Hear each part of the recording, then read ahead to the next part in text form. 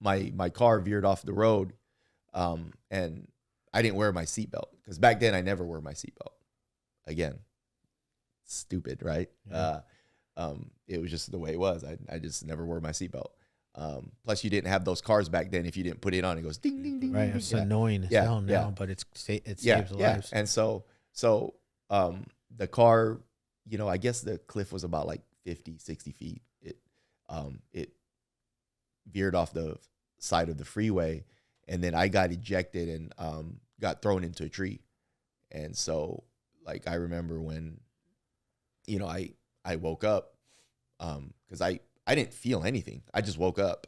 And I just felt like, you know, it was dark. I just felt like, you know, I was like, there's a bunch of bushes, and I felt like I heard like, you know, like a creek bed or something.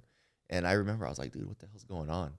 And so, like, I'm trying to like come to, like, trying to figure out what happened. And I remember I tried to get up, and I was like, I can't stand up. And then I was like, I tried again. I was like, And then I think my hand accidentally like touched my leg, and I couldn't feel it.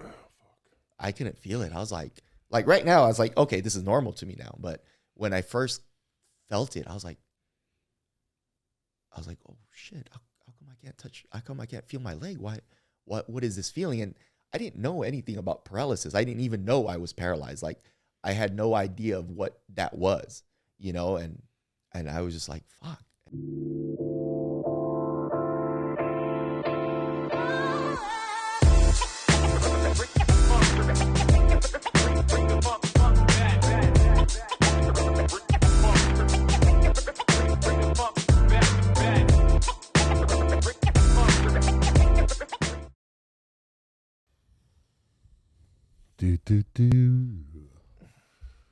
Before he leaves, ask him. What? Him? Yeah. Ask him what? Are we on? Nice. Oh, we're live already? Good. Oh. I just wanted to make sure, just in case, I know we're talking. We were being all anyways. quiet and weird. Yeah, huh? I know. We usually just put these mics in And start just start fucking talking. going. Yeah. Yeah, your voice comes across really good. All right, on good. All right. It makes a difference. So is this on what's YouTube? YouTube? Okay. And Spotify. Oh, okay, cool. Yeah. So. Yeah. Yeah. The Hopeaholics podcast. Okay. Yep. Yeah, and he was asking me a few questions downstairs. I didn't answer. Why? Oh, because I wanted you to answer. I don't have all the answers. Well, You got them. Oh, how'd this podcast come up? Like, yeah. Oh yeah, that's well, helpful. I known Shane A couple years now. he just started. No, when Steve started working. Yeah. At our gym, and Yeah. then he popped up around the pandemic. Yeah. When we were Yeah. sneaking around training. Yeah, it's true. Yeah. It's true. Yeah, and then Yeah. that was already like 3 Yeah, years. it's got to huh? be it's 3 years now. It's a You're long right. time. Yeah. It is a long Yeah. time. So Is that over at the spot I went to Yeah. with Dr. Boss? Yeah. Yeah. Yeah. I got a couple adjustments over there. Man, that guy's good. Who, Dr. Voz? Yeah. Yeah. And the Oof. other guy, the Korean. Oh, Oh, Dr. Kim. yeah, Dr. Yeah. Kim. Yeah. Yeah. Yeah. His favorite is icing. Just ice everything. Yeah. That's what he told Like, me after. He yeah. was like, just ice it after. Yeah. You're going to be in He's- some pain, so just He's ice it after. a big fan of ice. He's just like ice 2 times a day, 20 minutes. Right? Yeah. I actually need to start doing that because like my knees hurt right now. Mostly my my right knee. Yeah. I had a meniscus tear. Yeah. And had surgery on it, and it's just like if I do too much running or heavy squats, It gets it's inflamed. It Yeah. gets inflamed. Yeah. Like the doctor said, there's plenty of cartilage there, Yeah. but yeah, I mean, yeah, with this left elbow right here, if I don't ice religiously, like it'll hurt. you ever get the tennis elbow, the Yeah, tendonitis. It's tennis. What's the other one? Golf tennis. I think one's on this Yeah. side and one's on Yeah. this side. Everything. Right. Yeah. It just hurts. Yeah. Yeah. So, but you know, like what Dr. Kim said, he said ice it like 2 times a day, 20 minutes at a time. And I was doing it for like about two weeks straight, and I noticed it. Like the pain was like going away, and I was like, oh, it's sometimes all it takes is just ice because your elbow or whatever it is just super inflamed and needs to come down. So yeah. I did stem cell in my elbow joints. Yeah. Does that work? I mean, yeah, actually, I take it back. I was about to say no, But yes, I had chronic tennis elbow. So here's a funny story. When I first got hurt back in 2005, you know, I was in that initial year of like I didn't like want to be in a chair. Like I was doing anything and everything I can to try to walk, physically finding shit to do. Like I bought so much crap. And I remember one of the guys who was because I found this guy who was doing acupuncture. And I was like, okay, maybe that'll make me walk. And so I was, going just simple things like that. And I was going to acupuncture. And I remember he sold me these, they were stem cell pills. Oh, yeah. And he said, yeah, man. He said, just try them and see what happens. So, me, like. I'd do the same. Huh? I would do the same. Yeah. And so, me being, just the meathead that I am, I was like, okay, 2 servings a day. I was like, well, shit, if I take 4, like, well, what happens? So I was eating that shit like candy. And I'd wake up every morning. I was like, like, this is how bad, like, it got. Like, I would, I'd do certain things and I'd like, okay, if I wake up, let's see what happens. And, I was excited to wake up. I was like, I'll wake up. I was like, obviously I'm not walking, but what's new? And then I was like, oh, shit, man, this shit don't work. Right. I tried this little magnet thing that you put under your bed, Yeah, and it's supposed to send some vibrations and shit. And the next morning I was like, all right, am I walking yet? I was like, man, this shit don't work. Right.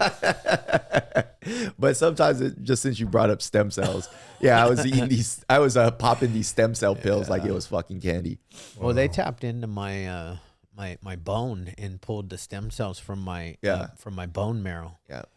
In the iliac crest of my hip bone. Yeah.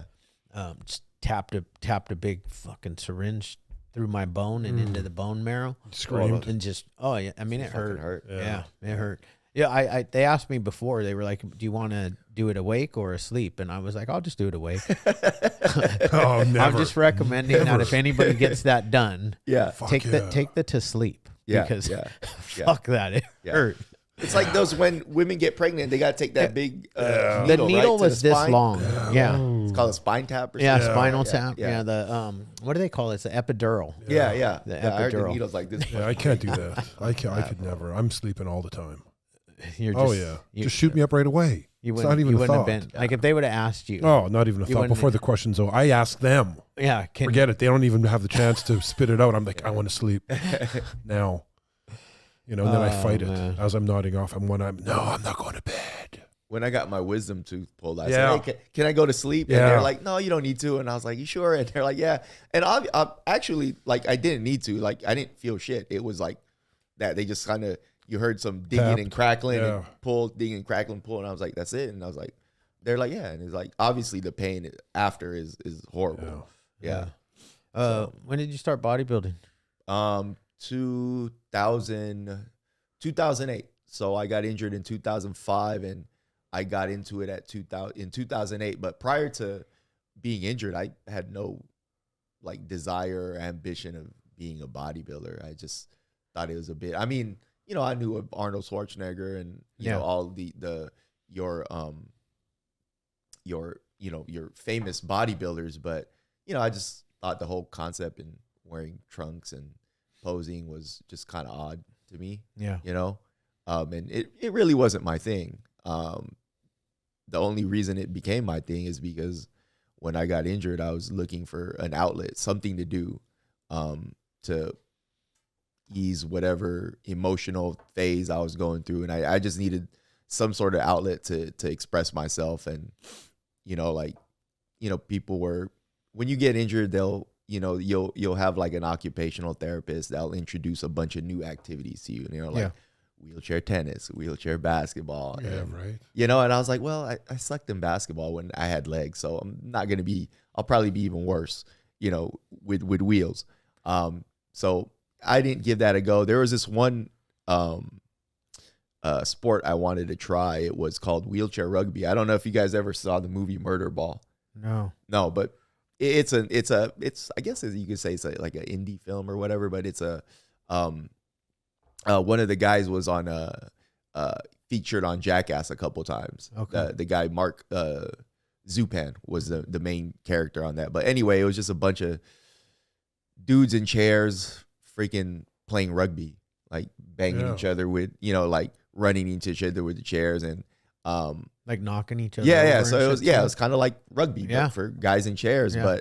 But when I started looking into it, I was told that in order to like play, like to go to the level of like, you know, Paralympic status, you had to be a quadriplegic, like a neck injury, a C injury. And I was a T12. So all I was able to do was just practice and partake, but not in a main stage standpoint where I could compete, you know, because the game was meant for guys with cervical injuries, quadriplegics, because I guess their thought process was if guys in, you know, from my level of injury would start playing rugby, it'd get pretty dangerous, right? You know, because of our we don't have any limitations with our upper body, right? As opposed to quadriplegics where they have, you know, limitations in all four extremities depending on the level of where they get injured in their neck. So right.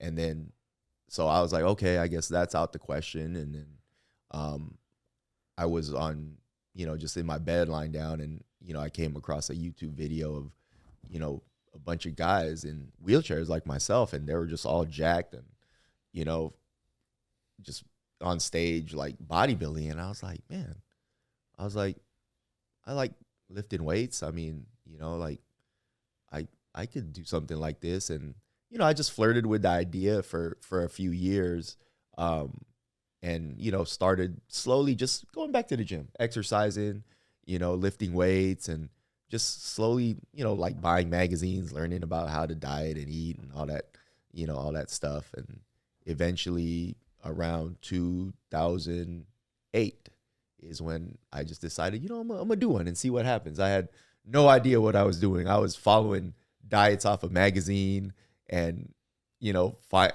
just going by workouts of what I'm reading on magazines and stuff like that. And eventually, as you know, I just kept going through. I just kept, you know, with self-teaching myself, learning from other people, networking, and people helping me out throughout the way. You know, I kind of figured it out. So nice. Yeah. So when did you do your first contest? 2008, the summer of 2008. It was like to say July of 2008, and then from there I just got hooked. I just wanted to compete and, you know, do shows, and you know, I didn't realize how you know, the potential of what you could push your body to with when you train and you diet. And, you know, like I've you know, it's surprisingly, like growing up, like I've always been pretty like bulky and chubby, and you know, never really had was ripped or had a six pack. I mean, I held a lot of muscle, but, you know, I never like had that beach body, and, you know, and I thought it was just a whole genetic thing. And then come to find out, if I just diet hard enough and something, your abs will come out. Right. That's all about a percentage of body fat. Yeah. And I was like, oh, okay. So I don't need to, you know, obviously genetics play, but when regards to, you know, getting, you know, super lean, you don't need good genetics for that. Right. You know, you just need to. I mean, there's some guys that just genetically can eat pizza and hamburgers all day, and they still have a six pack. Yeah.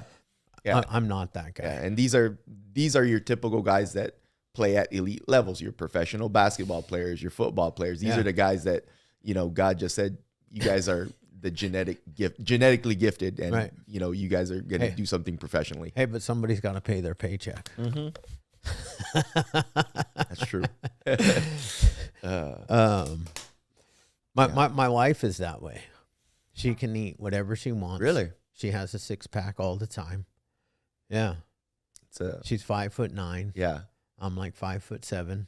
I can at 49. I just keep it with a 1 pack. Yeah. Yeah, I'm kind of, you know, I'm tired of the diet. I eat good. Yeah. But I'm tired of like really dieting at this phase in my life. When I really thought about it, like back in the day, like, you know, like nobody was really walking around shredded unless you were like watching Rocky or Rambo, right? You know, but if you looked at your 90s, your 90s, even your 90s wrestlers, like your Hulk Hogan's, your, you could even go to, like none of them had six packs. They were just all bulky and just had muscle. They just had good physiques, but then come to find out, you knew why they didn't have six packs like Ric Flair, drinking all the because they were time. always partying and drinking. Yeah. And so I was like, have you guys ever seen that documentary? Yeah, oh yeah, by, it's fucking by Ric nuts. Flair. Yes. Yeah. I was like, he was really Oh, yeah. living that lifestyle. Oh, Jet yeah. planes and limousines. It was nuts. Drugs, women, everything. They're asking him how many women he slept with. He said he doesn't Thousands. even. He said Can't even count. He said it's probably in the 4,000s. I was like, Yeah. yeah, That's a lot because there's only 365 days in a year. Yeah. You know what I mean? Yeah. Like that's a lot. Yeah. But even The Rock, I mean, Yeah. The Rock didn't have a six pack until he got older and in the movies. Yeah. And when then he you was know- a wrestler, when he was a wrestler. he was just jacked. He was just jacked, Yeah. just a big dude. Yeah. You know. Now the wrestlers though, you got Logan Paul's wrestling. Have you seen? He's on WWE. Logan Paul. I don't know. You don't know him? He's They're a YouTuber. They're the ones that I just found out about him because of the boxing. yeah, his Oh, yeah, that guy, brother that is guy. Jake. Yeah, Yeah, they're boxing like ex MMA fighters. Yeah. and Yeah. just everybody. I was like, what the hell's going on here? Yeah. So- one of them's trying to box. Well, one of them's trying to fight Floyd. in the Floyd Mayweather. I saw something where he Oh, was yeah. chasing one of them. But see, the problem is They did fight though, right? not. Or one of the brothers Floyd- fought Floyd, right? I don't think so. Oh, and he lost. No. Oh, I don't know. I don't know if he did. Floyd, Jake, Paul, both of those guys are like his size, Yeah. but jacked. Jacked. yeah. I heard one of them is since the merger. I know he's gonna training to fight in the MMA. UFC. Oh, UFC. Yeah, Yeah. he's trying. Yeah, Jake Yeah. Paul. Yeah. He's trying. Yeah. He's trying. He's also trying to get Dana White to pay the guys more. Yeah. I hear that. Yeah. But yeah, that's pretty cool stuff, though.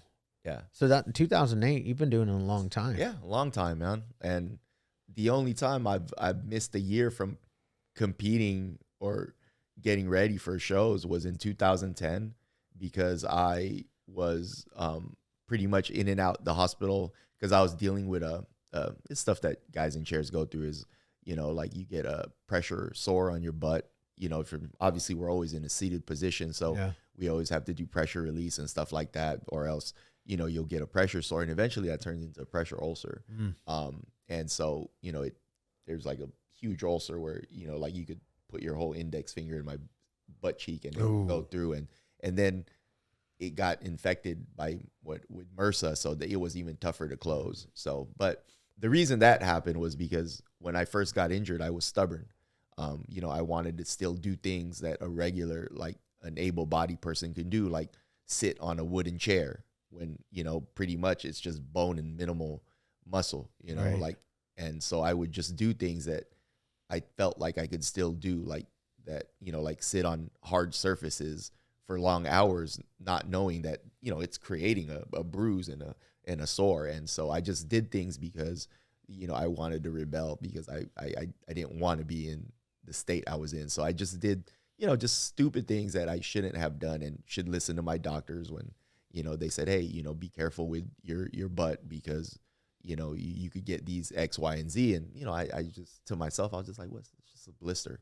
Like, but Right. in my case, like obviously if you got a blister on your butt cheek, you could just stand up and walk it off. It'll just take, for me, like if I had something like that, like a cut or something, like I'd have to take a few days off and lay on my stomach because obviously if I just keep sitting, like it's not going to heal. So just stuff like that. So to get to where I was, to get back to like I only missed like 2010 from competing and around the pandemic time, when shows were getting shut down. But aside from that, every year I've always like dieted and trained for a show. Like, so I've like, I don't even recall like ever dieting just for my own health. Like just to, say, hey, it's summer's coming up. Let me lean up a little bit. Everything has always been pushing the envelope. Like When dieting to shows extreme. aren't usually in the summer though, are they? It depends. Like it depends. They're like some have like every other week, Right.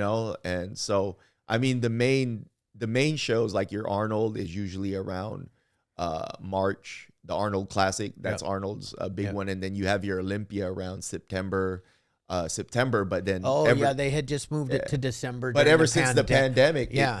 it was just all the schedules got messed up. So So those are your typical big shows is the Arnold in March and then the Olympia in September. That's Mr. Olympia. Yeah, Mr. Olympia. Yeah. So that's the highest level.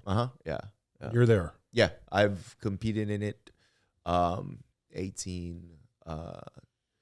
20, 21, 4 times. You get to meet any of the guys? Yeah. I mean, I've ran into Jay Cutler. He's super cool. Yeah, Jay's. Dexter Jackson. I like really Dexter cool. Jack. He's really him cool on Instagram. Yeah, he's a really cool guy. Yeah. And who else have I ran into?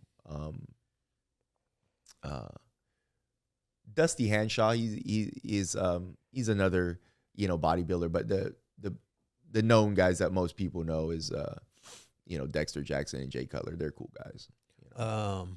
What's the other guy I follow? He's a nice guy too, man. Phil Heath. Phil Heath. Yeah, from what I hear, he's a solid. He's a cool guy. Yeah. Like, but I don't know. Like sometimes, like there's these people don't like him or something. Like just they don't like Phil Heath. Just like when you see the Instagram comments, like some people especially when he was Olympia. Yeah. It's just I don't know. People are, people are horrible, man. They have nothing better else to do but talk shit on the internet. Yeah, dude. It's like, but they would never do it to somebody's face. Yeah, that's my favorite part, right? I mean, I don't know. I just still find it like I would never comment on somebody random that I don't even know unless if I was following Shane and he was posting something, I'd like, hey Shane, blah blah blah. Yeah. But because he's my friend, I know him. Yeah. But just to some random person, just to waste your time and make a comment that they don't probably even read. Read it. Yeah. They don't read it for sure. It's like some of these celebrities, they have tons and tons of comments and most of it's negative. Yeah. They're like, oh, you're such a piece of shit, blah, blah, blah. Or, and you're skimming through it and you're like, bro, you literally, and some of them will write paragraphs and long stories. I was like, bro, you literally wasted probably 15, 20 minutes of your time thinking about this, typing it and posting it. Right. And yeah. Dwayne Johnson's not going to read that. He doesn't care. He really doesn't care. It's hilarious to me, man. Yeah. Like how people just how people utilize their time. Yeah.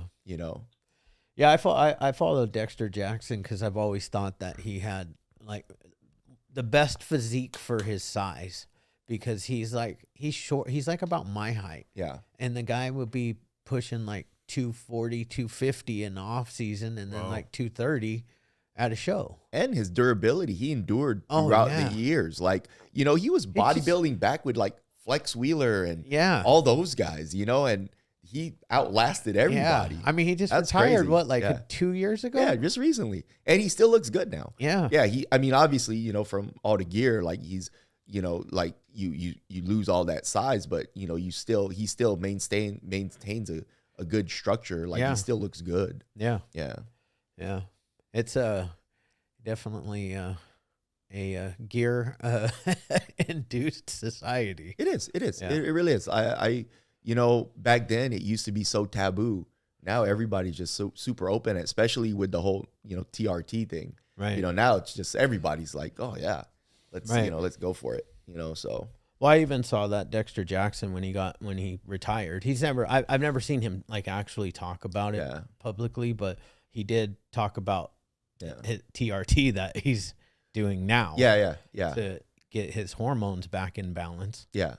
So all it is you're taking lower doses, and you're probably obviously you don't need to be doing any more of the cocktails of other anabolic compounds. Usually it's just synthetic testosterone taken in just lower doses. Yeah. With certain protocols like HCG and stuff like that if you're still trying to be fertile and so What do you know about that, Shane? Nothing at all. Huh? Nothing. You look stumped. Nothing. The little Winstrol V at the back door and testosterone back in the day, but that was it. Yeah, it's so taboo. It was so taboo. Now it's so wide open. Yeah. Nobody gives a fuck, man. Yeah. And it seems like everyone's doing the testosterone replacement therapy now anyways. Everybody I talk to is just like everybody smokes weed. Everybody. You're like, whoa, you smoke weed? And you're like, yeah. I was like, it's more rare somebody doesn't smoke weed, right? I don't smoke weed. Yeah.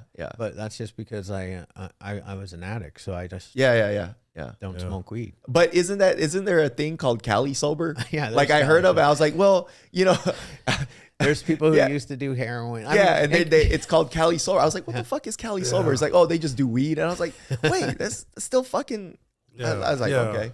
If you're doing weed, I want to get some. One of my things, because a lot of this podcast is recovery based. It's not always. It's hope based all the time. Like we want to offer people hope that they can have a good life. Right. That's the main thing. Yeah.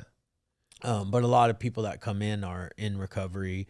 Have so I want to get somebody in here who's California sober. Yeah. And I want to know if their life is better. Yeah. I mean, it's got to be somewhat better, because if you used to shoot heroin or you did fentanyl or you smoked meth, it's you remove those substances, it's probably better. But I don't know if it's as good as it can get for somebody like that, because they might still be chasing that. That's the thing. If they're chasing it, they're not going to. If they turn back to a real normie person, or if you can only do weed but you can't take this or that, you're still.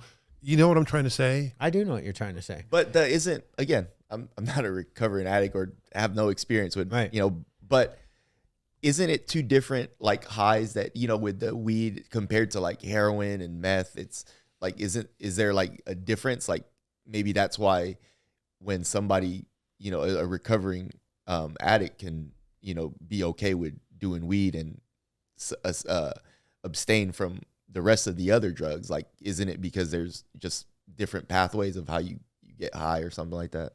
I mean, so this is a very controversial issue just across the board, right? Yeah. So, Alcoholics Anonymous, Narcotics Anonymous, 12-step basic. Most treatment centers are going to want, they're going to talk about abstinence, although a lot of treatment centers are pushing medically assisted treatment, or like Suboxone, which is a synthetic opiate that helps an opiate addict or a heroin addict not use heroin. Yeah. So like a nicotine patch? Kind of like a nicotine patch. Yeah. Oh. But long term. So, I mean, that's controversial to me, because like I think, okay, that's just a crutch. Yeah, a nicotine patch is just a crutch. The nicotine patch was made to get you stopping smoking. The gum was made to get you to stop smoking, and then eventually get off the gum or the nicotine patch. Yeah, I know people that have been on the gum for 17 years.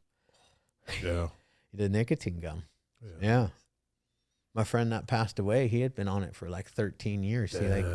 Tony. So since you're getting your dose of nicotine via patch or gum, like you won't need the urge to smoke, right? Right. Is that And I used to be a smoker and a vapor, and I've done the patch before, and the patch got me off of me too. the cigarettes. Yeah, me too. So here was another thing. Like there was this little phase, I don't know what years, but when I started seeing all my cousins and friends like stop smoking, but they started vaping. And I don't know like if they were just, making themselves feel better, or I was like, because I started noticing all my cousins that I grew up with, they all were cigarette smokers, and all of a sudden, like you see them with their little vape kits and little pouches, and I was like, and they have levels of like 0, 1, 2, 3, 4, and I was like, I used to always like I didn't have one personally, but some of them would have a 0 one. They had nothing. It was just smoke. And, I was like, oh, let me do that one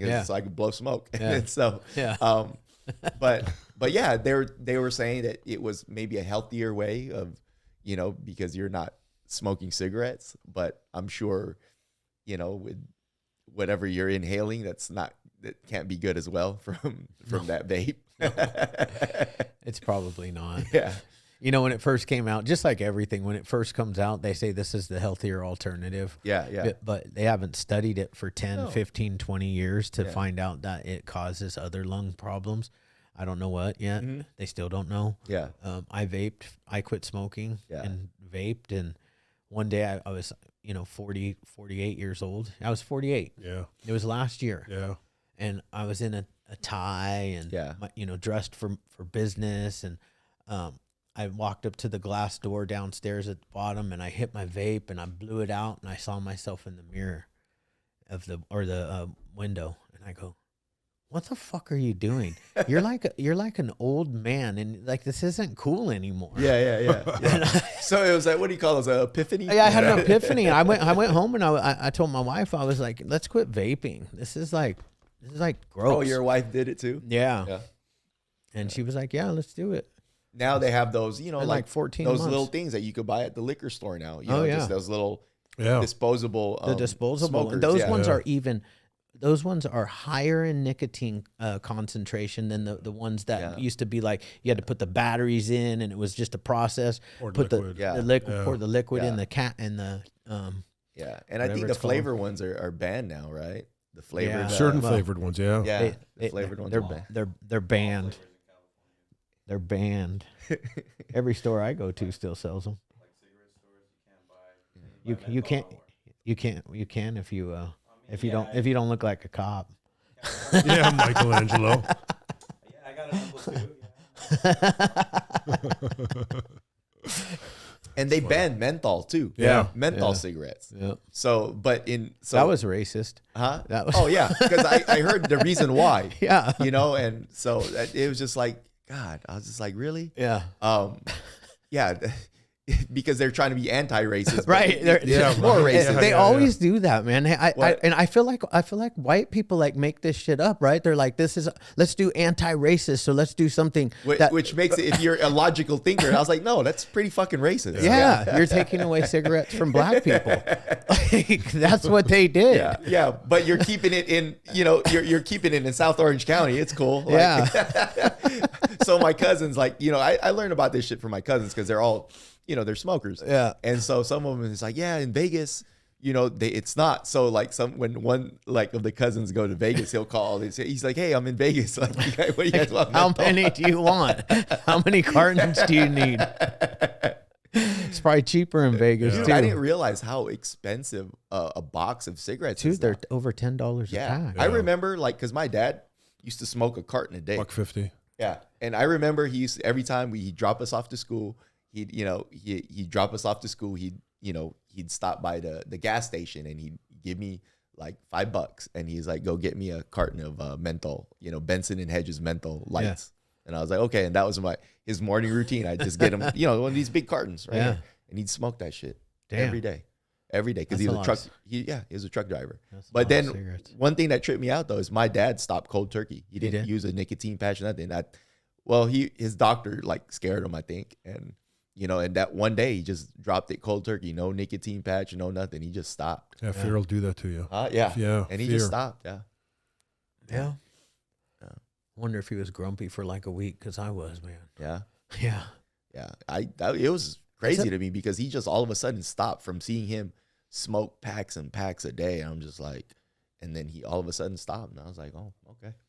I wanted to ask you because what's your routine before a show? Like how do you get from off season? How do I prepare like from the start? Like, okay, so and how many weeks out do you start? Okay, so usually when I already have it, the seed is already planted in my mind. The seed has to be planted first, you know, because when I'm in off season, I don't know when I'm gonna start. But then just the seed gets planted, and then once that seed is planted, I start. You know, I'll, you know, get a pen and paper or now my phone, you know, my notes and look at the calendar. And ideally I'd like, depending on how in shape I stayed or, you know, how much, you know, how lean I stayed during the off season. Yeah. Pretty much if I didn't turn myself into a fat ass, you know, like it would depend how long the duration was. So ideally it would take me 20 weeks.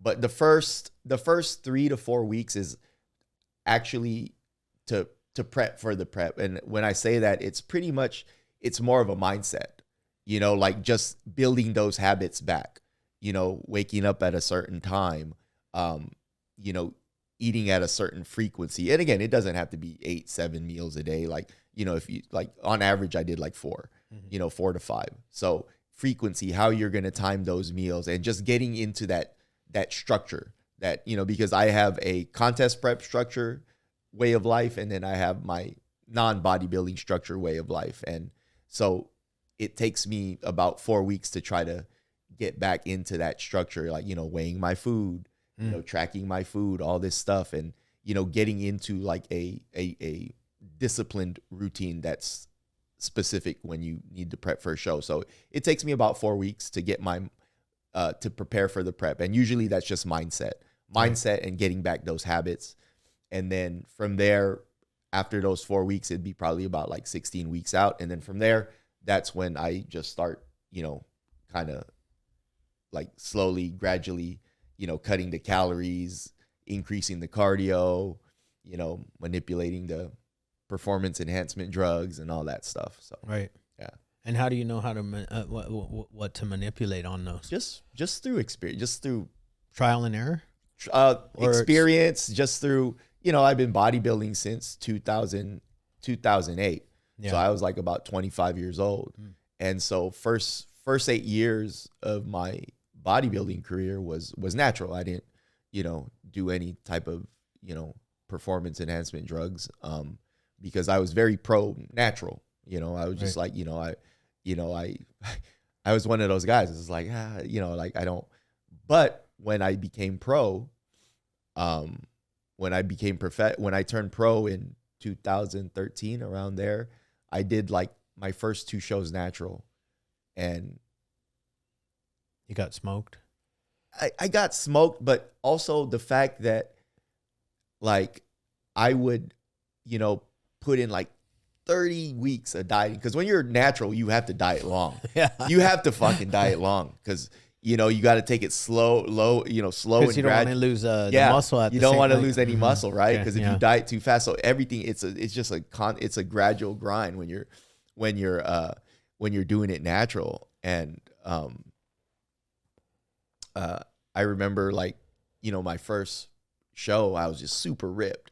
You know, I was like, yeah, man, I look good. I think I could beat some of these dudes, you know, like, because I was just, you know, all I saw was myself, right? And I'm just like, yeah, man, I'm super dry, crisp, like everything looked good, all the details.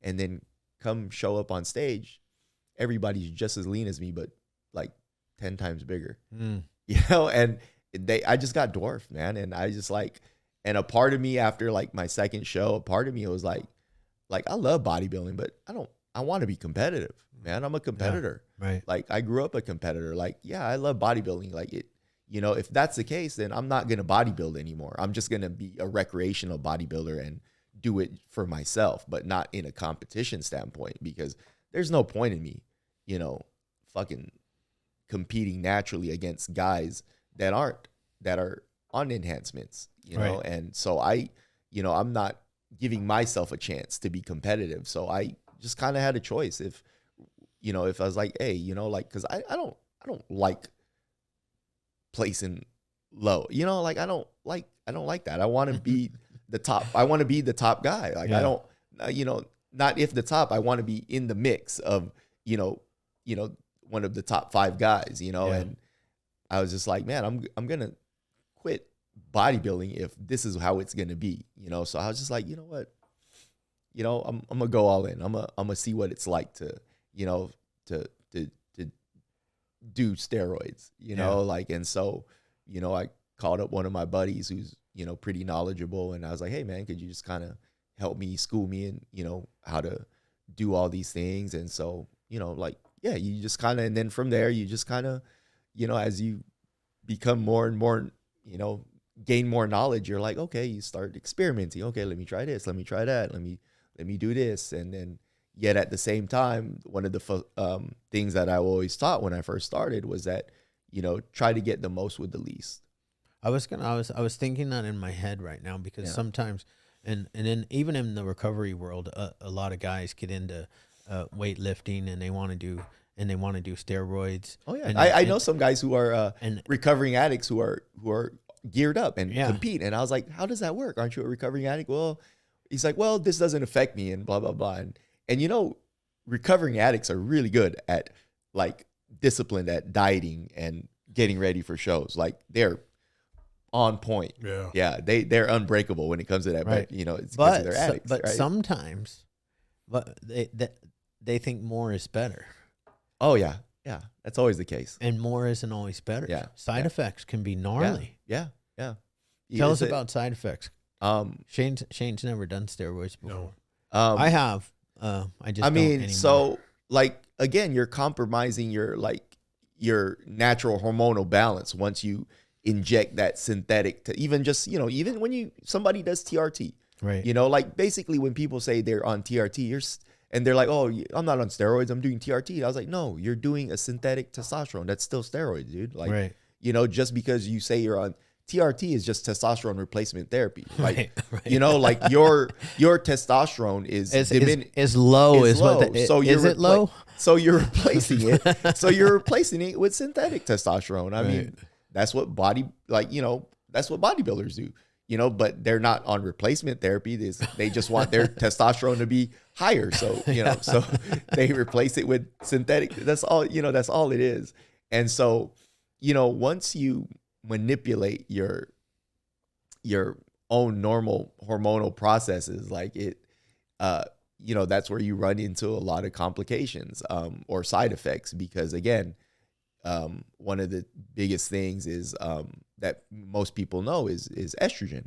Yes. When your testosterone levels climb up, it like some of that, or like a percentage of that, aromatizes into estrogen. So when your estrogen goes up, that's where you start to, if you're prone to it, you'll get acne, the gynecomastia, where, AKA bitch tits. Mm-hmm. And then also you'll be super emotional like a woman, like I've been there before. I've felt it. Like when I was still, Are we allowed to say that? What? Like a woman? Oh, I don't know. I'm just listening to him. Yeah, I'm on too. Yeah, no, I was joking. Go ahead. No, like that's why, like I sometimes like I get it, like, because there's times where, like, this is when I was still kind of learning these things, like I had to learn some of this shit on my own. And sometimes, like, this is how you learn, because it happens to you. Right. Yeah, it happens to you. And so sometimes it's the only way. Yeah, and like again, I don't care. Whatever. We're all idiots, man. Like, we all do dumb stuff. So anyway, there's this one phase, I don't know, it was around 2000.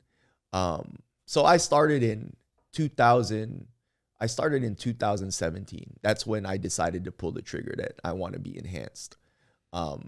And I remember my first 2017 run at it, like it was Arnold. I looked really good. Like I was just like, man, like this is like a new, like I was just like, this is when you're like, when people like say when you are on it, like you're like, whoa, like you just like, holy shit, what's going on here? Like fucking, like I'm just getting shredded and just growing still. Yeah. And then so everything was good, and then towards the end of my prep, I noticed I started like, breaking out a bunch. And I was like, what's going on here? And come to find out is because I wasn't taking an aromatase inhibitor, like, Arimidex or something like that helps suppress estrogen, to suppress it so it doesn't raise. And so, I figured out about that. And so like that, I started taking, an AI, and I was like, oh, it went down. So that's one thing I learned. And then, but still, I was still in this phase of still trying to figure it out, the hormone stuff. But I think 2018, it was when I did a bunch of shows. I did like 3 or 4 shows that year, and it was just back to back to back. And I was just drained. My body pretty much at the end of the year said, fuck you. Mm-hmm. And so I remember during that year, I was, I started to, at first I thought I was just burnt out. Like I was like, man, maybe you're just burnt out from all the dieting, all the shows and all the lifting, and, because I was getting super just drained and emotional. And then there's times where I would like I would just drive, and then like a certain song would come on, and you start crying, and I'd start crying. I was like, what the fuck is going on? And I knew it. I was like, what the fuck is going on here? I was like, watching ESPN, and a commercial comes on. I was like, and I'm by myself, like nobody sees me, and I'm still trying to like fight it. Like I was like look up in the air, like, and so I didn't know what was going on, and I was like, what the hell is going on? Like I think of really sad shit, like stuff that I wouldn't normally think of. I was like, why are you thinking of that person like passing away, like shit like that? And I was like, something is off. So, I got like my blood work done, and come to find out, like my estradiol was through the roof. Yeah. And, you know, I showed somebody that, you know, was like, you know, again, it's always, let me go talk to this guy, you know, let's see what he says, you know, and he's like, dude, he's like, your levels are like, you're like, no wonder you're crying, dude. You're pretty much you know, that's like how women feel, you know, like, you know, because your estrogen was so high. That's why you were so emotional and all that. And I was like, oh, and so, you know, I kind of, you know, took all the things I needed to bring it back down and do all that. And now, like, again, the only way to find out is it happens to you and you got to learn yourself.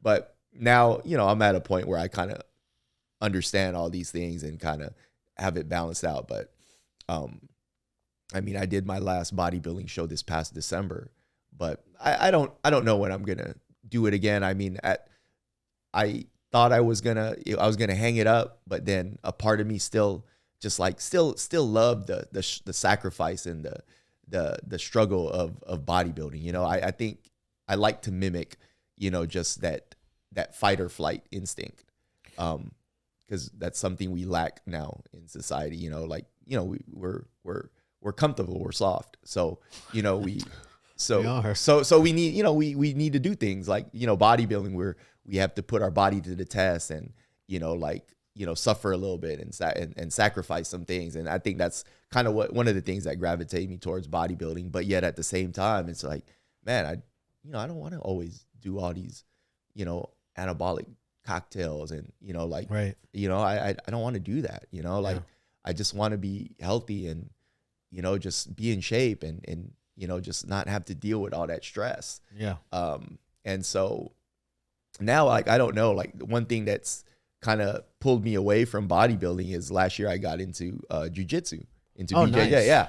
So I got into jiu-jitsu, and ever since I started getting into that, I thought less and less about bodybuilding. Like I'm just so, like, it's getting so addicting to where it's like, I was like, man, I really like the fact that, you know, I don't have to diet. I could just eat healthy, train, and not have to worry about, oh, I can't eat that because it's high in calories. I don't have to take all these freaking drugs. You know, I could just, you know, I could just train, be healthy, eat whatever, like, you know, just, you know, don't have to feel stable. Yeah. And don't have to do everything to extremes. And like, I'm enjoying that right now. Yeah. You know, so, I mean, I'm not saying I'm hanging up bodybuilding, but right now, my mindset is I don't think I'll, you know, do it for a while. Yeah. You know, now when you are off cycle, I mean, off season, do you continue to cycle? Yeah, I just do TRT. yeah. So I just do testosterone and that's it. And also I have my, you know, because I am prone to, you know, genetically I am prone to the side effects. So, you know, I'll take like aromatase inhibitors, like a Arimidex. So I kind of, but that's it. And then the rest, everything else is just, you know, like over the counter supplements, you know, just for my heart, digestive system and all that, you know, just your basic health stuff. So you get blood work done regularly? Mm-hmm. Yeah. I have a doctor that I go to. Yeah. You know? We have another pro bodybuilder from the older days coming in. Oh, really? I think a week from Monday. Is he a recovering addict? No, but he won Mr. Universe in like 1989 and 1990. Oh, cool. What's his name? So I can Google him. Troy Zucolato. You know, maybe I've seen him in pictures. You know what ended up happening? So who's the guy that owns the WWE? What's that guy? Vince McMahon. Vince McMahon. So this was the era. Vince McMahon. It was still the WWF. Yeah. Remember that? Yeah.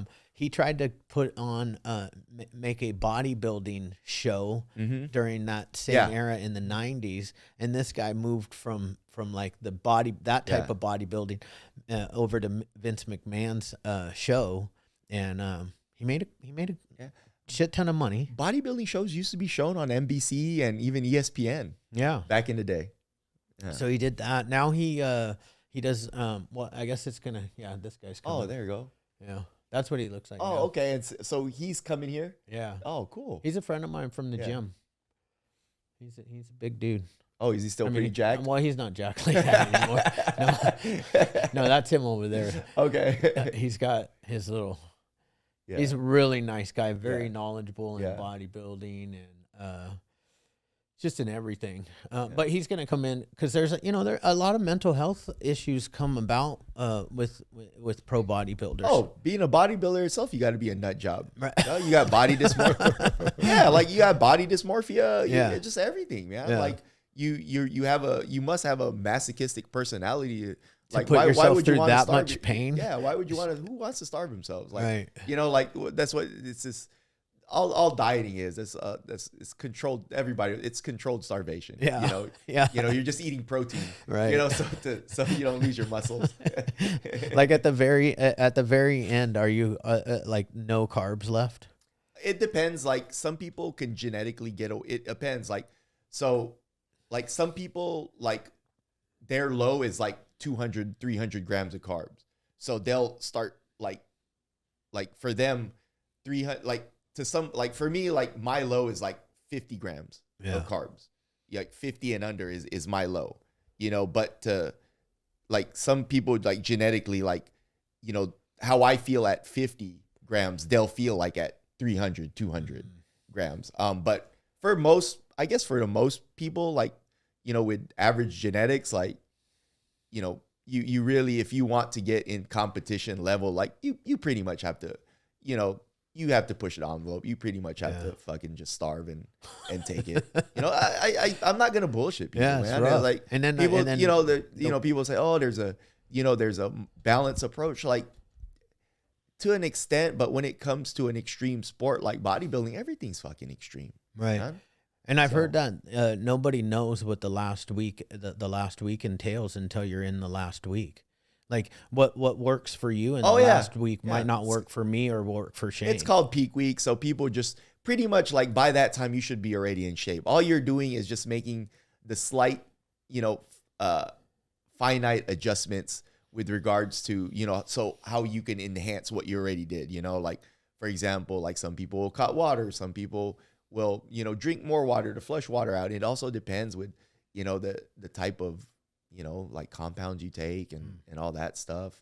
Some people, just sometimes, but for me, it's just like, just do the same things you did to get you in shape and just find little adjustments, and that's it. Nothing needs to be done extreme. Right. But, when I was natural, it was much easier to diet because you didn't have to deal with all that stuff.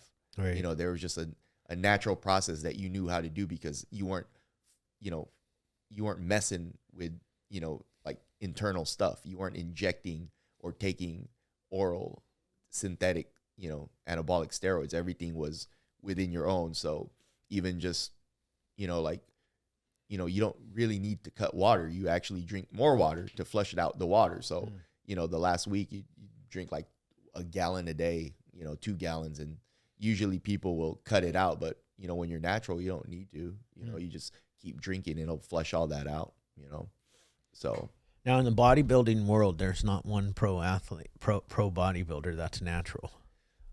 So they have organizations.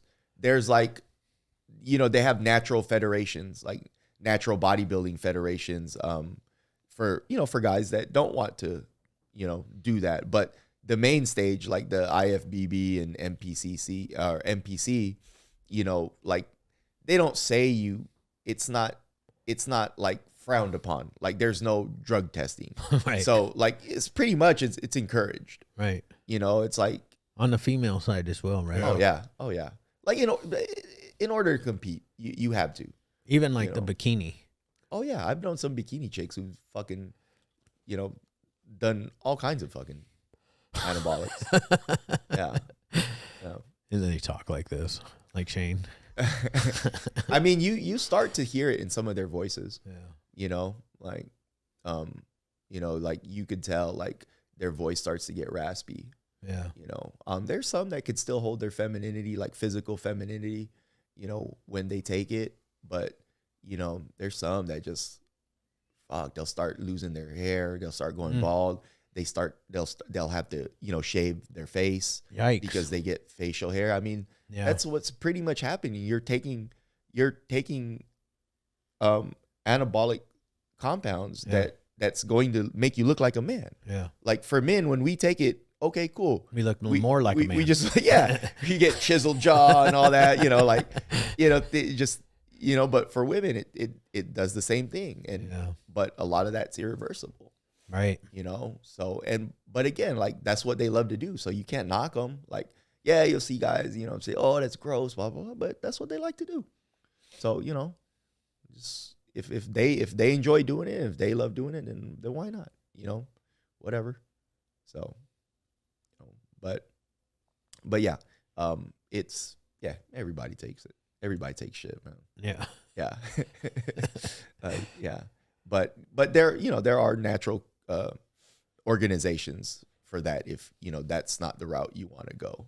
But even then, you'll still have some guys like cheat and they'll go to natural steroid. They'll take steroids. Yeah. I was like, bro, what is wrong? Why are you going on the natural stage? Yeah, why don't you just go? Yeah. Yeah. I mean, we had the baseball era where everybody was on steroids, and I feel like during that that's era, when baseball was. That's when I don't like baseball. Exciting. I don't like baseball. For me personally, it's comparable to watching paint dry. But again, what about golf? I don't know. Maybe golf might be a little bit more exciting. But when that era, when Barry Bonds was and all those guys were knocking, I was interested. I was like, Barry Bonds, what was Mark McGwire? Yeah. Sammy Sosa. Yeah. I was tuned in. I was too. I was tuned in because I wanted to see home runs. Yeah. And I mean, I don't know if that still happens if people are hitting baseballs out the Bats park, getting broken over their knees. Not like Barry Bonds was hitting it over the into the ocean. It was the three of them. Barry Bonds kept fighting each other for the lead. Sammy Sosa, Mark McGwire, and Sammy Sosa. Yeah. Those are good years, man. Yeah. And here's the thing. So those guys, I think maybe one of them got caught or something, but most of them have not been. It caught. was Mark McGwire, but he said it was androstenedione. Yeah, what he was caught with was a pro hormone. Yeah, it's the shit that they were selling. Because pro hormones they used to sell it GNC. GNC, yeah. You could buy pro. Yeah, it was androstene. Yeah, that's what he caught. It's a pro hormone he got caught with. It wasn't freaking. It wasn't an anabolic steroid. Yeah, it wasn't testosterone or anything. It was the shit that you get at GNC. Yeah. That was so crazy back then too. You could get pretty much, but they were probably all on. Oh, you could get everything back then. No, you could get pro hormones. You could buy it at GNC.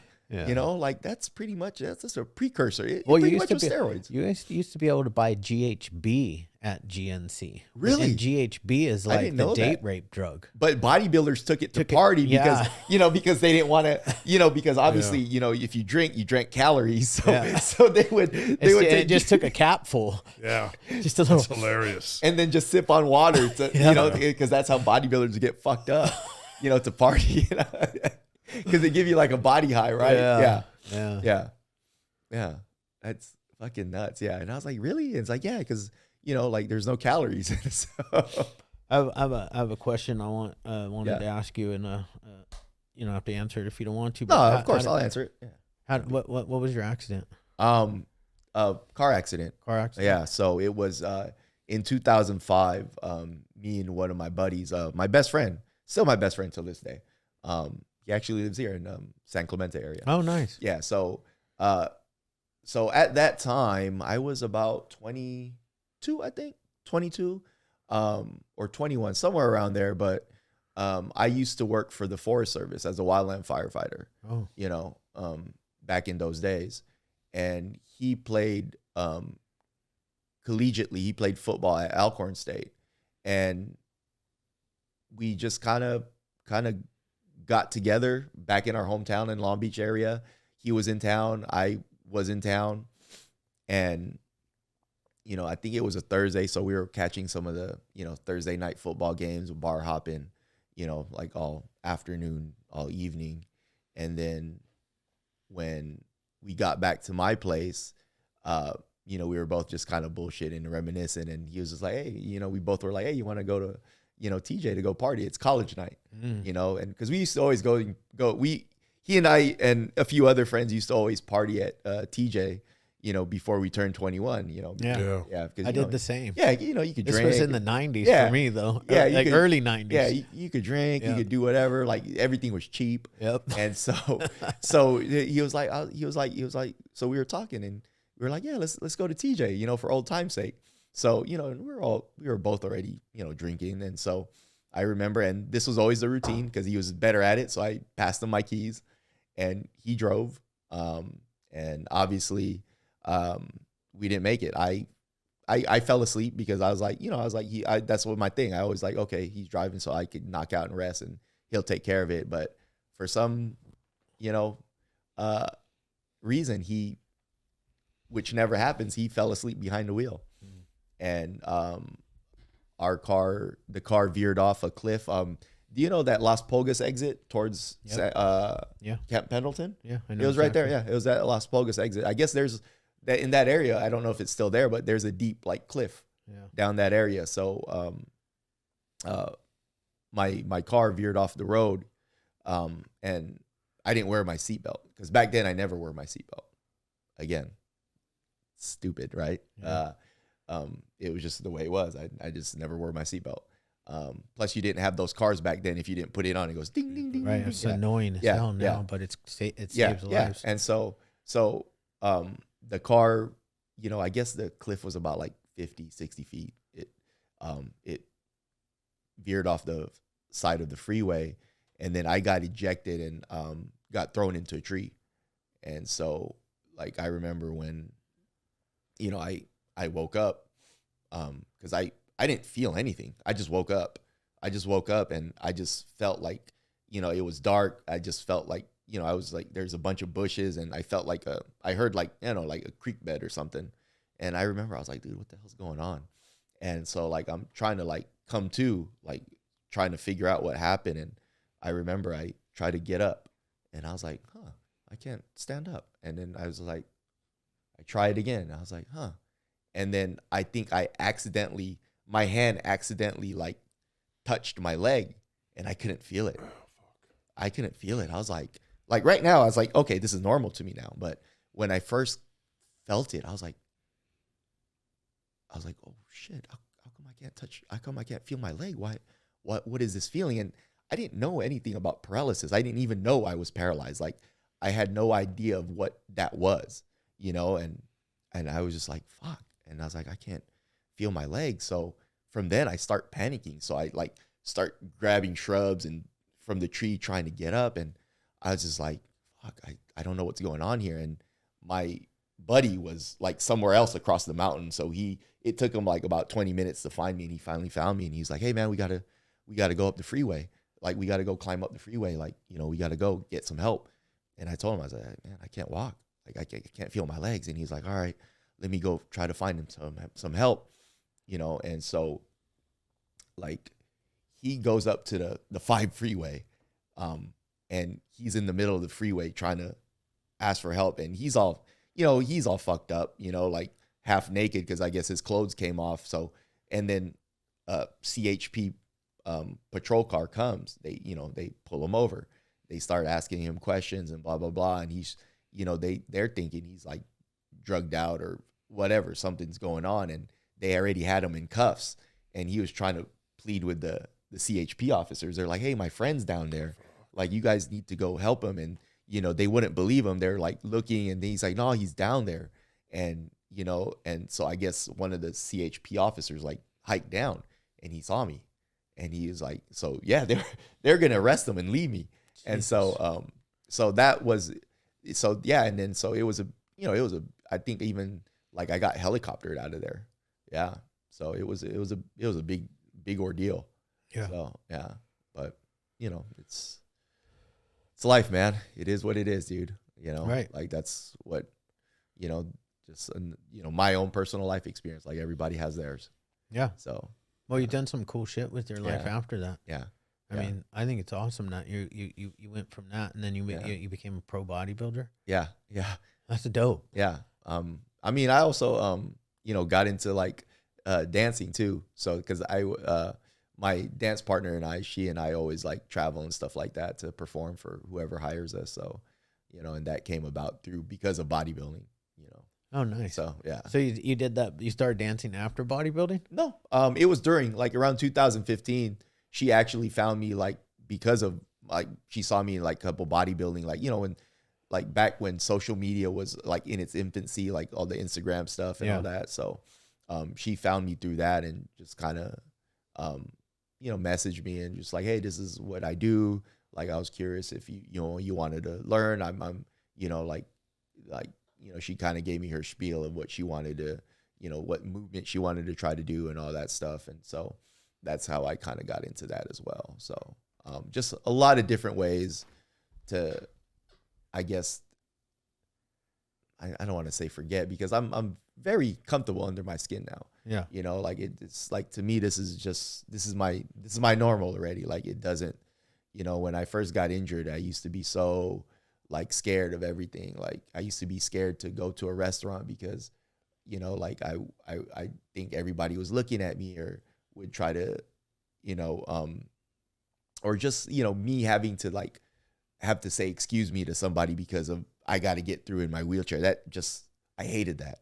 Like, just being in big crowds because I had to excuse myself to get through. And, you know, it just, for some reason, it just, like, bugged me. Yeah. You know, but now, like, you know, it doesn't. So you had to overcome a challenge and create a whole new mindset. A lot of insecurities. You know, when I got injured, it created so many insecurities for myself. You know, like, you know, I felt like I was half a man. Like, you know, who's gonna want me? This and that. Just all the things that come with, you know, what the, you know, all the emotions that come with that. And so, you know, I definitely was in a, you know, sad, emotional, depressed state. However, I didn't want to be there. You know, I knew it. Like, I can't be in this state. Like, I don't want to choose to be here. So I, you know, like, it's a choice, right? So for me, I chose to figure out a way to not be in this depressive, sad, emotional state, you know. So things that helped was bodybuilding, you know, to help build my confidence, to, you know, obviously if I physically look good, you know, maybe it would help me, like, be more, you know, secure about myself, be more confident. So that helped. And then once I started competing and, you know, like, getting the affirmation, like, oh man, you look so good, blah, blah, blah, you know, that helps even more. And then you start meeting people, you start speaking to other people, because people, you know, are inspired by you. So they want you to know your story. And, you know, I think for me, what really helped is I think it just came down to just emotional connection with people, or excuse me, not emotional, human connection with people. You know, being able to be vulnerable, to be able to share my story, to be able to help other people. And for me, that's kind of what helped get me out of that state. Now that I think of it, and it says, you know, now that I think of it now, it was just being around people and connecting. And obviously you want to be around positive people with the right mindset that's going to uplift you. And, you know, you never wanted to be around, like, Debbie Downers, or, you know, you always wanted to be around people. And for me, I think that's what helped a lot is, you know, the things I did, like bodybuilding, allowed me to connect to more people. And from there, it opened up other doors for me, you know, from even opening up the shop. Yeah. And, you know, because, I mean, a lot of stuff that where I'm at now is due to the root of it, the origin of it is because I started bodybuilding, honestly. Right. Yeah. Because that opened up doors for me to connect with other human beings. So he's at the pro shop at the gym there, Dr. Voss. Right. Yeah. And you got a clothing line? T-shirts? No, that's John. That's John. That's John and Nick's. I was just helping them. Nice. Yeah. And they did a commercial. Head and Shoulders commercial. Super Bowl. Yeah. Back in 2017. You did? Yeah. Nice. Yeah. Which one? It was I think it was the Patriots, but it was It's a 10. Like, if you look at it on YouTube, it's called It's a 10 Super Bowl commercial. Like, It's a 10 Super Bowl commercial.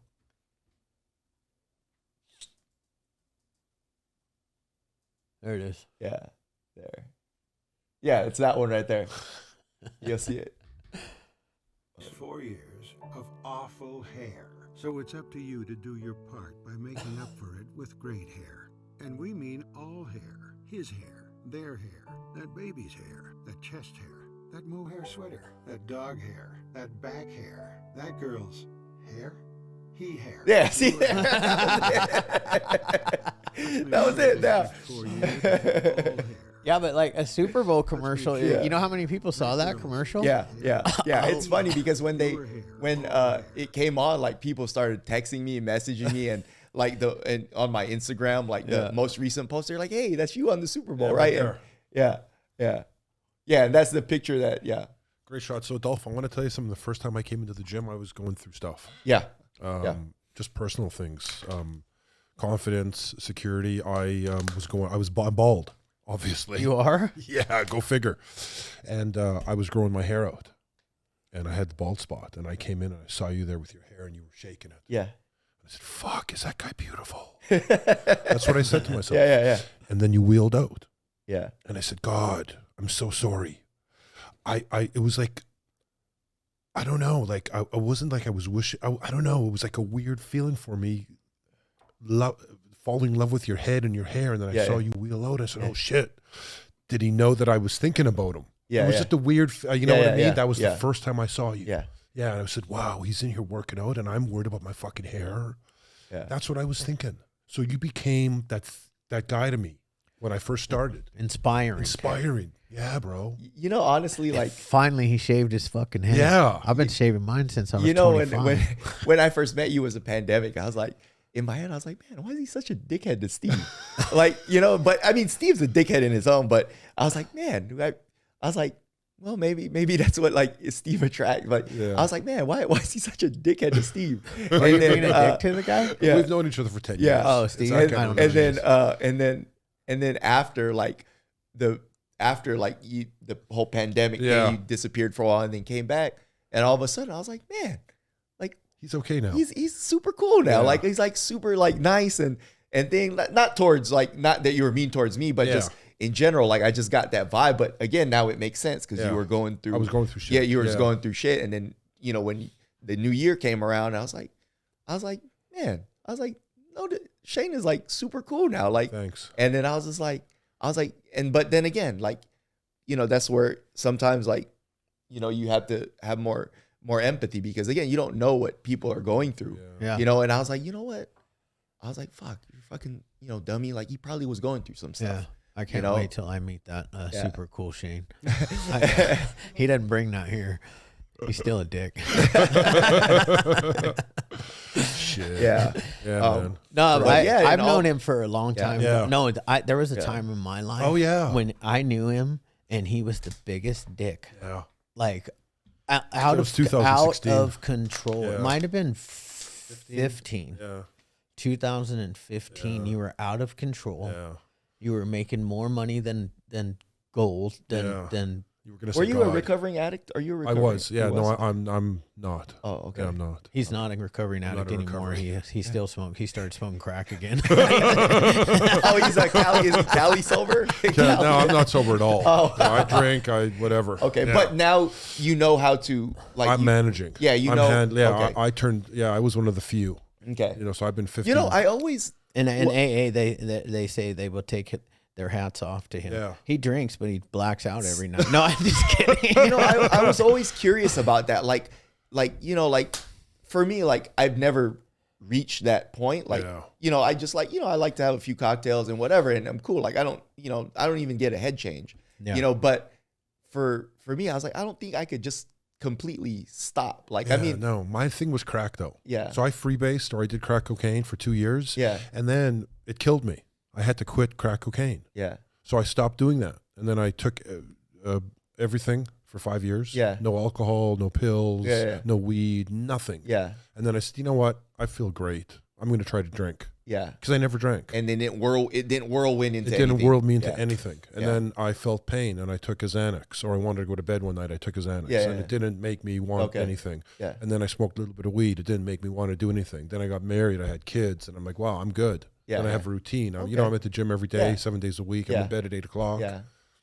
I think that's, honestly, that's like one of the things is I feel like structure and routine is great. Yeah. Because, Well, saved your life. Yeah.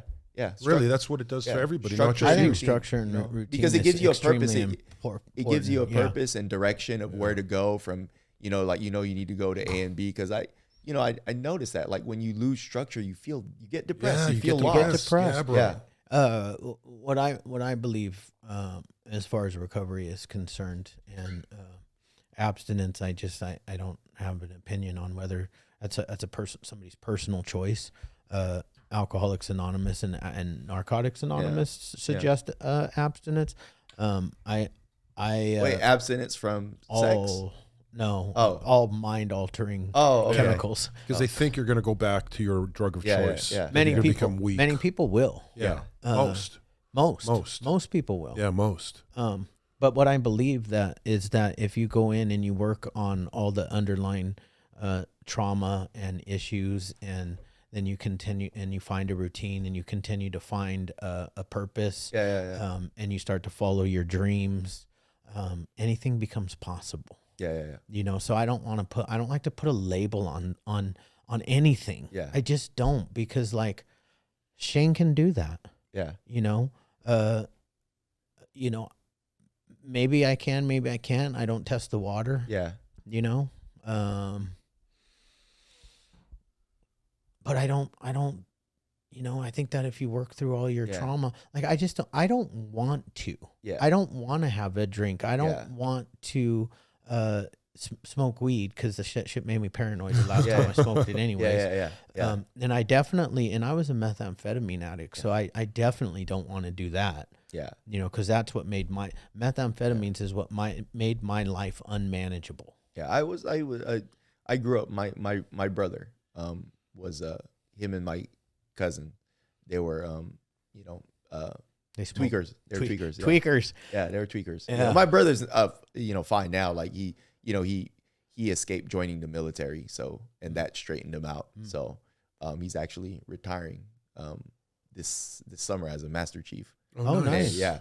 But I grew up around that. Yeah. My brother, like, I remember, like, they would, like, do all these weird fucking things. Like I'd wake up in the morning and the TV would be all fucking opened up, and I was like, dude, what are you guys doing?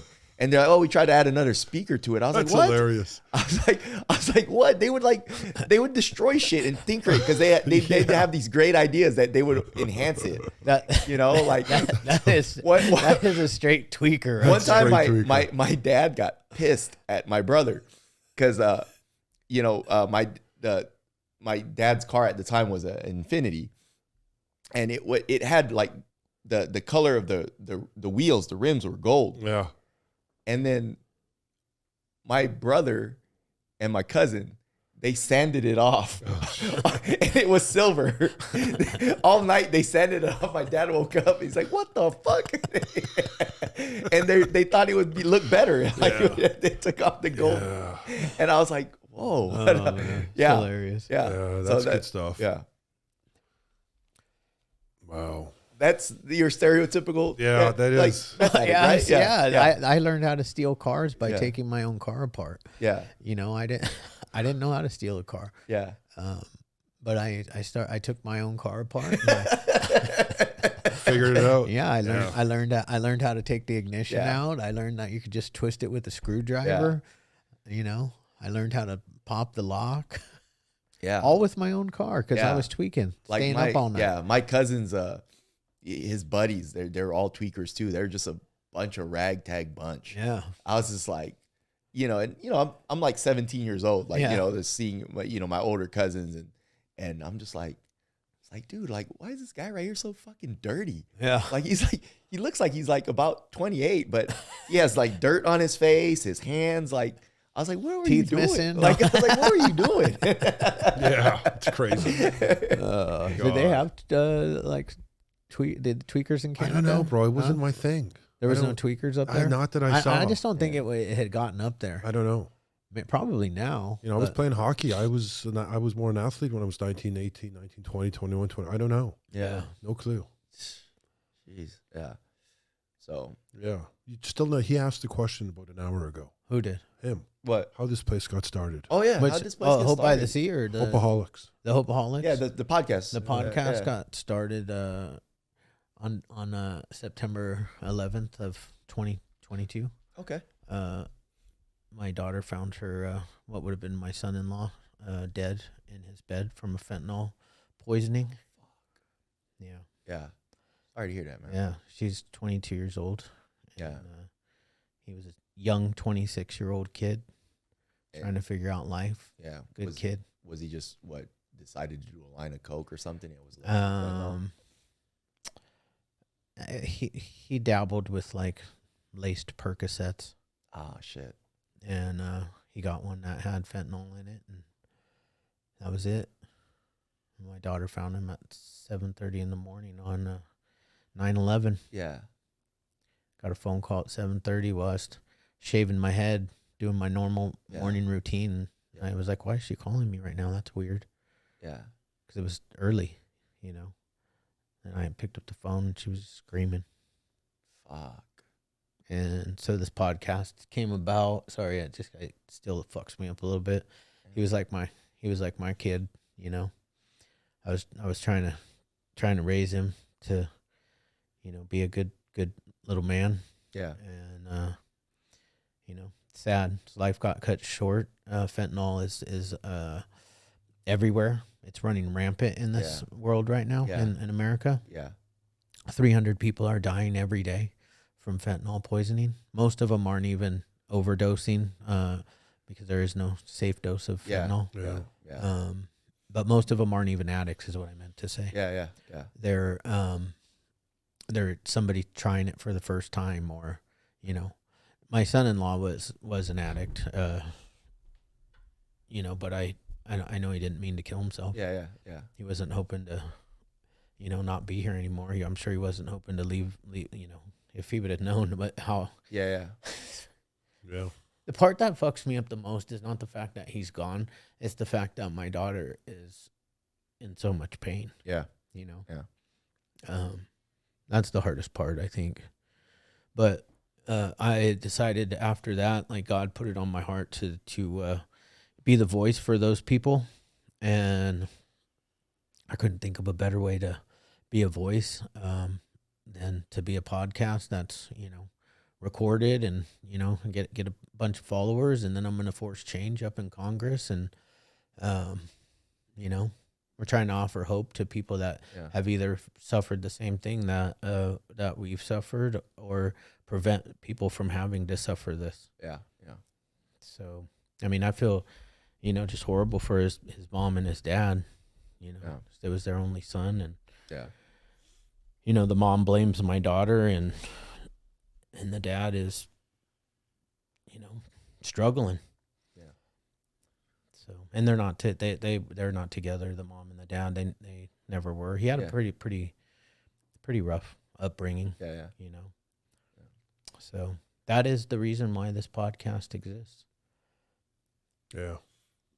And that's why we get people like you on here that can offer some hope to people, because there's probably somebody at some point that's going to listen to this podcast guaranteed. that is going through the same thing that you went through. Yeah. And that's 100% for sure. That's what when you get older, you realize, I think that's what our purpose here as human beings are, is to make an impact on other human beings, right? Mm-hmm. Yeah. That's all of us, right? Like, you're put here to make an impact on somebody. You're put here to make an impact on somebody. He's put here to make an impact on somebody. Yeah. And so, that's what kind of makes the world go around. Yeah. And what's crazy is, like, we impact one person's life. We impact thousands of people's lives from that one person. Yeah. Because who knows whose life he's going to impact because of what you did, or she. Yeah. So. It's like I always say it's like dropping a pebble into the water, and the ripple effect that happens. It just spreads. Yeah. So, that's kind of the thing. That's why I know that we'll be successful, and at some point, this podcast will get this particular one. At some point, we'll get millions of views. Millions. And it's coming from your heart, and it's something that you just have fun with, like, if you're doing it because you like it, you love it, and you're passionate, and it, obviously the origins of it is something that you're, that that makes you passionate about this. Yeah. So yeah, for sure it'll be successful. Yeah. Yeah. You know, So that's kind of the thing. We've just, this is like our 25th, Yeah. 24, 25, oh, cool. 5th episode. What is it?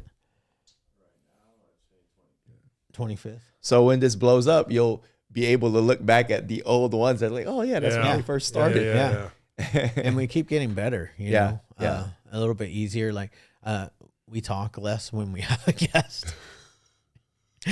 Unless the guest doesn't talk a lot. But that's the point though. It's a learning process, right? Like the point of podcast is just to be freely talk and have a conversation. Yeah. You know, to not be timid of what's on your mind. And, you know, it's just right now, it just seems like a podcast is meant to be just what a couple dudes in the boys' room, just, you know, jawing and, you know, talking shit, but there happens to be some mics in front of us. So yeah, exactly.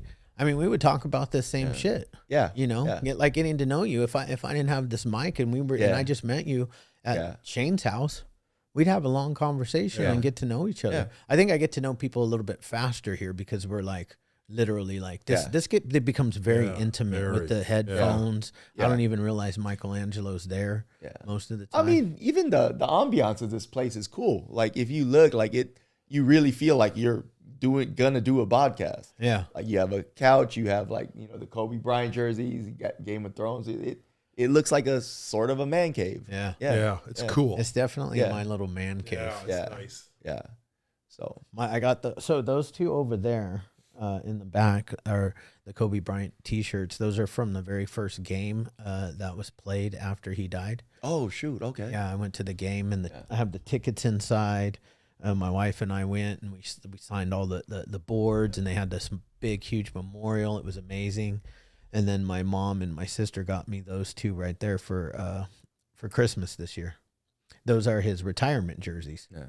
Unsigned because he was already dead, but It was so, like, usually when celebrities, like, you hear news of celebrities, like, you know, like, for me personally in the past, like, it doesn't really bother me, but for some reason when Kobe passed, it's like, I cried. and I wasn't even really a diehard Laker fan or even a, you know, basketball at that. It just like, you know, like I was like genuinely like sad, sad. like it was a Sunday. I yeah, remember. It was because I was in church and then I was in church, but yet I was looking at my Bleacher Report app.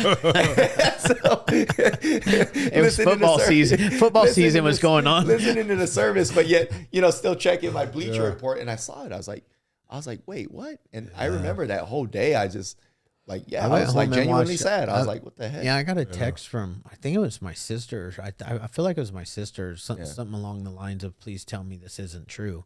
And I was like, what? And she's like, Kobe Bryant died. And I was like, it can't be true. Yeah. Like, I literally was like, it can't be true. That's just a rumor on the internet. Yeah. And I ran downstairs, turned on ESPN. Sure enough. Yeah. And then it got worse because his daughter was in the plane or in the helicopter. Yeah. And then it got worse because her friends were in the helicopter and their parents. Yeah. You know, one of the families, a child was left behind. So a child is now mother and fatherless and sisterless, siblingless. Oh, shoot. Yeah. Damn. Might have been two, a brother and a sister. Don't have parents anymore. Yeah. Yeah. Some bad stuff. It's really sad. And they flew out of John Wayne. Yeah, I've flown in that helicopter. I have a picture of my wife and I in that helicopter. Yeah. That same one. They would use that helicopter to when Kobe wasn't using it to fly you to Catalina. And I flew back from Catalina. But the crazy part is, like, you know, because we have a pilot that trains at the gym, Deshaun's buddy. Yeah. And he was saying that day nobody was flying. Nobody was flying because police were down. Everyone was down. Yeah, nobody because of the visibility. Yeah. So that was weird in itself. Yeah, it didn't make sense, but But anyway, I mean, maybe somebody didn't want to tell Kobe Bryant no. I don't know. Yeah. But regardless, it was just it was sad. Yeah. Like I was just like, man, But I think across the board, I think the whole world was sad. It's a big loss. It's really sad. Yeah, his daughter, Kobe's daughter, but she. You know, that's a good way to put it. you know, I think when it was a big loss for humanity. Yeah. His daughter was on her way to probably changing the WNBA because she was a basketball superstar. Yeah. She was a phenom in eighth. She was in 8th grade. Yeah. And the girl was a phenom. She trained with Kobe every morning. She'd get up and like he gets up at like 3, 4 in the morning. Yeah. And would train for 2 hours before he took them to school. In his, you know, because he had a gym in the house. Yeah. She was so good. I followed Vanessa because Bryant before Kobe died. Yeah. Because his daughter was so badass at basketball. Oh, she would post everything. Yeah. So, anyways, that's about it. Yeah. Thanks for coming down, man. Yeah, cool, man. Yeah, appreciate it. Really appreciate you guys. Yeah. This was a good. This was a good podcast. This was great. Yeah, I had a great time. Yeah, same. Yeah. Thanks. Good to meet you and good to know you. You know, when that hour went by pretty fast. Yeah. Like I was What's thinking, more? It's like an hour and a half. Oh, really? Oh, yeah. Oh, okay. Yeah. It goes. Yeah, it goes. Yeah, that's with the headphones on, bro. Yeah. Well, when you have a lot of shit to talk about. Yeah. We can go another hour. Yeah. We got to get home. Yeah. You know. I got to go meet with G. Yeah.